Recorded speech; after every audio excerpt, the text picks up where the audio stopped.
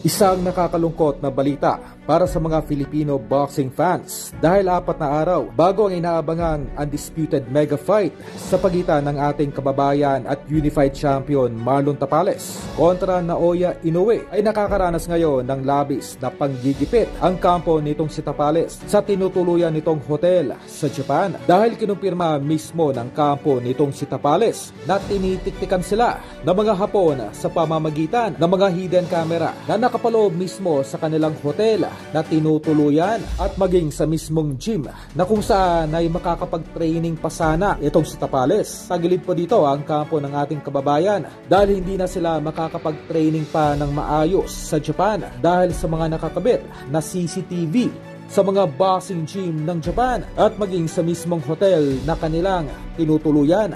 Sa kabilang balita, sa naging panayam kahapon nitong Hapon na si Naoya Inoue sa FightHype.com ay formal na ngang umatras itong si Naoya Inoue sa kinakasang super mega fight ito kontra Tank Davis sa taong 2024 na kung saan ay sinabi mismo ng Hapon na hindi ito aakyat ng 135 division upang labanan lamang itong si Davis. Ganoon pa man, ito po ay isang halimbawa lamang ng pagpapapresyo na kung saan ay nag-iinarte ang isang boxer upang makakuha lamang ito ng mas mataas na offer or guaranteed purse mula sa mga big time promoters ng Amerika.